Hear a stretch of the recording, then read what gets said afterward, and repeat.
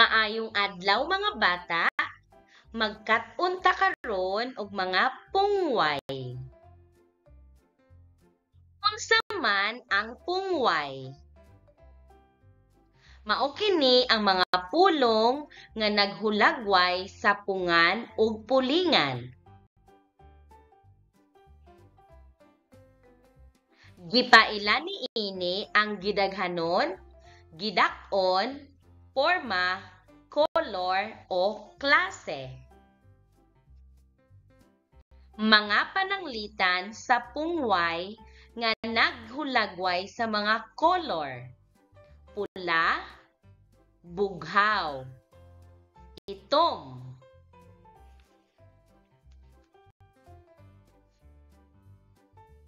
Mga pananglitan sa mga pungway nga naghulagway sa mga porma: rektangulo, lingin, trianggulo. Uban pang pananglitan sa mga pungway: humot, baho. Mga pananglitan sa pungway nga naghulagway sa lasa: parat, tamis. Mga pananglitan sa pungway nga naghulagway sa gidak-on: dako, gamay. Mga pananglitan sa pungway nga naghulagway: gwapa, himsog.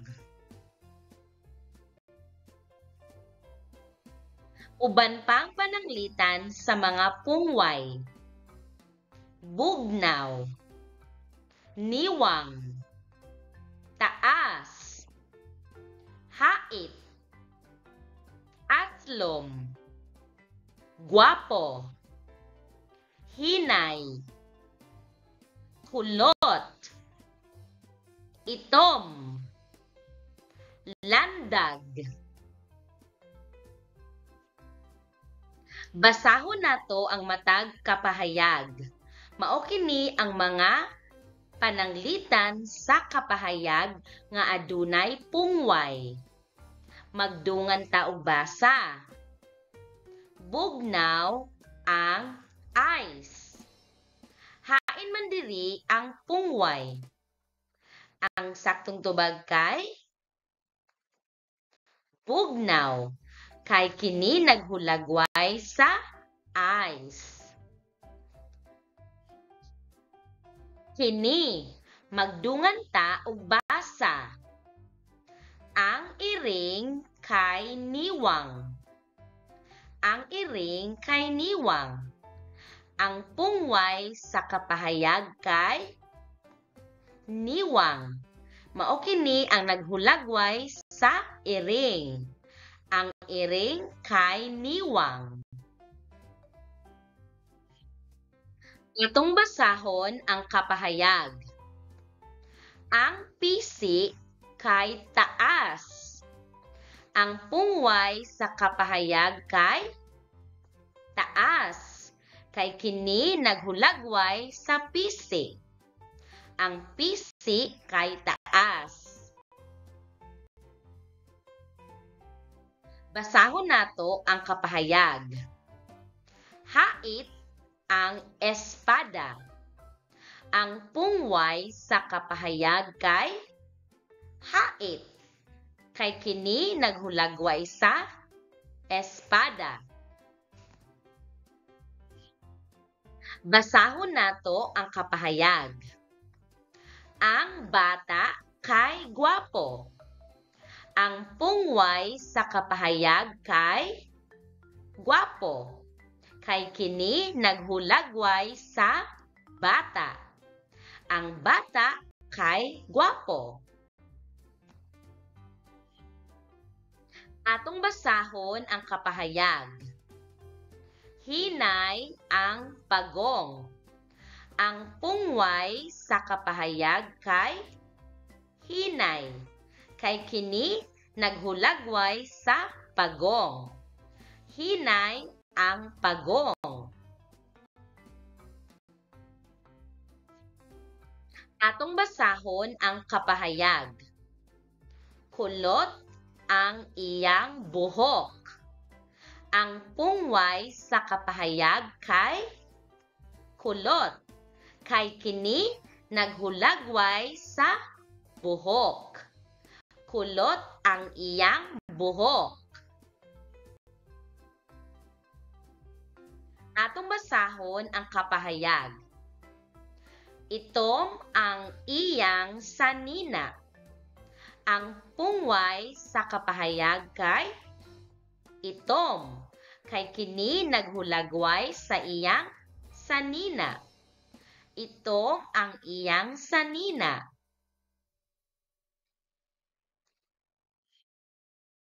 Atong basahon ang kapahayag. Hayag ang adlaw. Ang pungway sa kapahayag kay hayag, kay kini naghulagway sa adlaw. Hayag ang adlaw. Lingini ang pungway sa matag kapahayag. Usa, ang mga isda kay labas. Duha, puti ang mga buwak sa nataran. Tulo, ang sayal ni Mina kay mubo. Upat, hamis ang panit sa baby. 5, si Kim kay buutan nga bata. 6, ang mga basura kay baho. 7, tamis ang tsokolate. 8, init ang panahon karon. 9, kulot ang buhok sa bata. 10, bugnaw ang hangin. 11, si nanay kay mahigugmaon. 12, ang iro kay hisog. Tagaanti ka og 5 ka minuto para mutubag.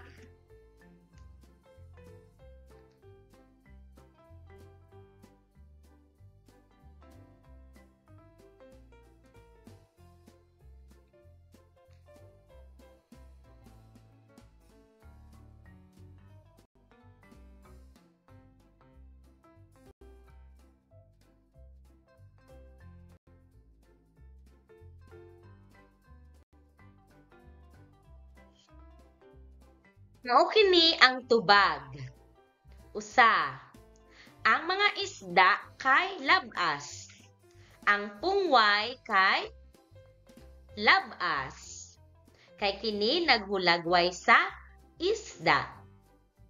Duha, puti ang mga buwak sa nataran.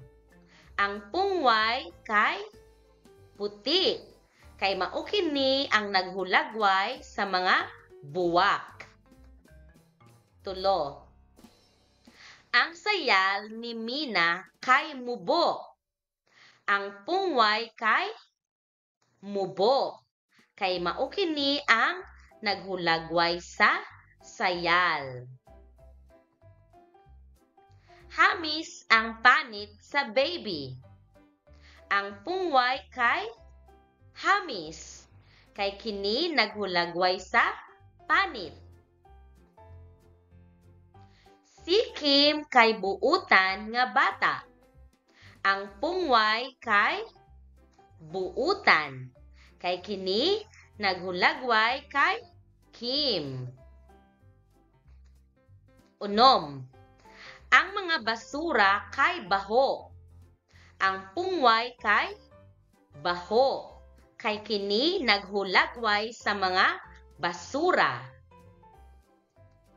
7, tamis ang tsokolate. Ang pungway kay tamis, kay kini naghulagway sa tsokolate. 8. Init ang panahon karon. Ang pungway kay init, kay kini naghulagway sa panahon. Kulot ang buhok sa bata. Ang pungway kay kulot, kay kini naghulagway sa buhok. Bugnaw ang hangin. Ang pungway kay bugnaw, kay kini naghulagway sa hangin. Si nanay kay mahigugmaon. Ang pungway kay mahigugmaon, kay kini naghulagway kay nanay. Ang iro kay hisog. Ang pungway kay hisog, kay kini naghulagway sa iro.